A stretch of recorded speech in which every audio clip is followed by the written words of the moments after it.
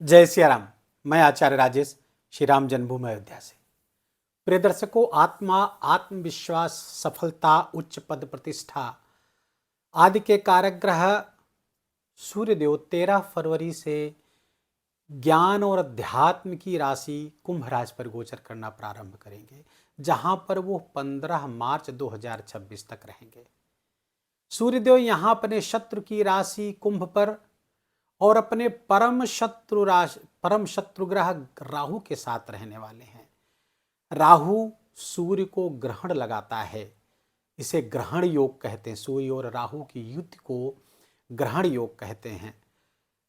और सूर्य है सत्ता, राजा, अधिकार, और राहु है भय और भ्रम। भय और भ्रम की छाया जब सत्ता पर पड़ती है, राजा पर पड़ती है, तो गलत नीतियां बनती हैं। राहु जब सूर्य को एक्लिप्स करता है तो आत्मबल क्षीण हो जाता है, आत्मा के ज्ञान का बल क्षीण हो जाता है। फलतः हम या तो फाल्स ईगो के शिकार हो जाते हैं या ओवर कॉन्फिडेंस के शिकार हो जाते हैं। दोनों स्थितियां भयावह हैं, परेशानियां पैदा करने वाली हैं। आत्मबल का संतुलित रह पाना इस समय बहुत कठिन होगा, जिसके कारण से परेशानियां बढ़ सकती हैं।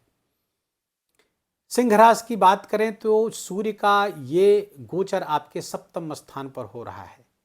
न केवल यहां पर सूर्य और राहु रहेंगे, बल्कि 3 ग्रह शुक्र, बुध और मंगल भी इसी कालखंड के दौरान यहां पर गोचर करेंगे, जिसके कारण आपके सप्तम भाव पर पंचग्रही योग बनेगा। 17 फरवरी को ग्रहण योग भी है, सूर्य ग्रहण भी पड़ रहा है और उस दिन चंद्रमा भी यहीं पर रहेगा, तो षडग्रही योग बन जाएगा, जो परिस्थितियों को और भी बिगाड़ रहा है। वैश्विक स्तर पर देखें तो सत्ता के प्रति सत्ता या तो निरंकुश होगी और उसके निरंकुशता के कारण, गलत नीतियों के कारण जनता में असंतोष पैदा होगा। सत्ता के लिए चुनौतियां पैदा होगी, जनता में बेचैनी बढ़ेगी। सत्ताधीशों में, नायकों में, जो हमारे लीडर्स हैं, उच्च पदस्थ अधिकारियों के बीच भी टकराहट होगी। वैश्विक युद्धोन्माद की स्थिति भी पैदा होगी, क्योंकि मंगल भी यहीं पर अंगारक योग बना देंगे 23 फरवरी के बाद, और फलतः युद्ध जैसी परिस्थितियां पैदा होगी। युद्ध हो सकता है, प्राकृतिक आपदाएं भी बढ़ सकती हैं। सिंह राशि की बात करें तो सप्तम स्थान आपके गृहस्थ जीवन का है, आपके व्यापार का है, आपकी पब्लिक डीलिंग्स का है। और सप्तम स्थान पर जब ये 5 ग्रह मिलकर के इसको अस्थिर करेंगे, तो सारा संचालन इस कालखंड के दौरान आपके सप्तम स्थान से होना शुरू हो जाएगा। सूर्य आपके राशि के स्वामी है, राशि के स्वामी का सप्तम स्थान पर ग्रहण योग में जाना आपके विवेक बुद्धि को थोड़ा सा विचलित कर देगा। विवेक स्थिर नहीं रह पाएगा, निर्णय गलत हो सकते हैं, आत्मबल छीड़ हो सकता है, अहंकार के अपने ईगो के कारण बहुत सारी आप गलतियां कर सकते हैं, लोगों से उलझ सकते हैं, लड़ाई झगड़ा हो सकता है। आपको विनम्र रहना है। सूत्र अपने नोट कर लीजिए, आपको पूरे इस कालखंड के दौरान अति विनम्र होकर के रहना है। किसी की भी बात को दिल पे नहीं लेना है, भले ही आपको ही टारगेट करके वो कही जा रही हो, की जा रही हो, तो भी आपको उसका कोई प्रत्युत्तर नहीं देना है। समय को उसका प्रत्युत्तर देने दीजिए।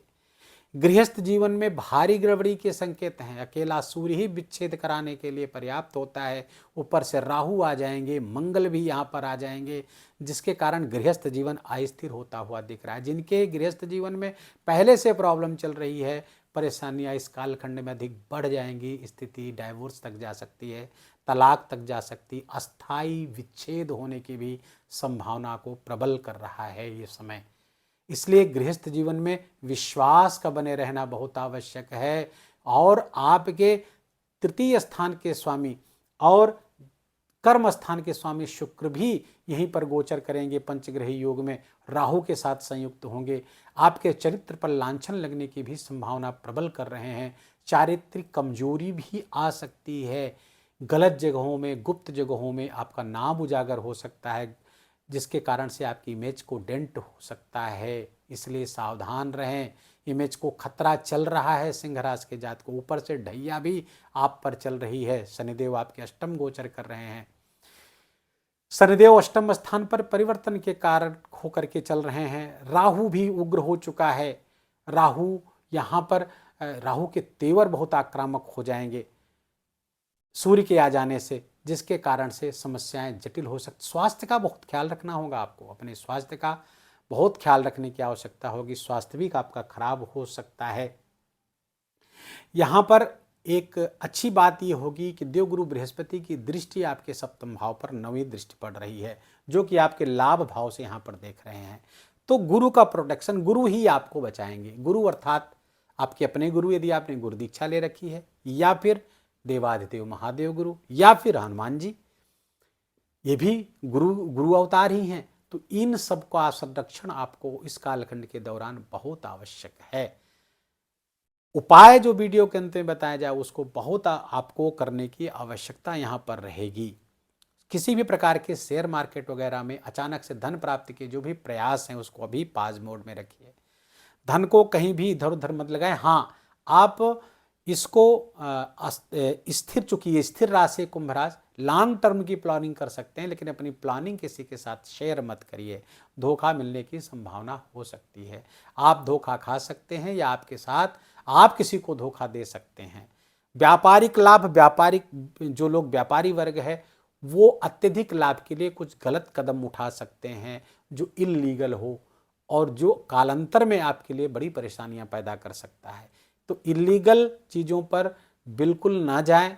टैक्स वगैरह समय से सही तरीके से आप प्रस्तुत करें, अन्यथा आगे तुरंत तो लाभ दिखेगा लेकिन बाद में परेशानियां, सिंह राशि के जातक जो व्यापार वर्ग से जुड़े हुए हैं उनके लिए ये स्थितियां पैदा हो सकती हैं, नुकसानदायक परिस्थितियां हो सकती हैं, गहरे नुकसान में आप जा सकते हैं।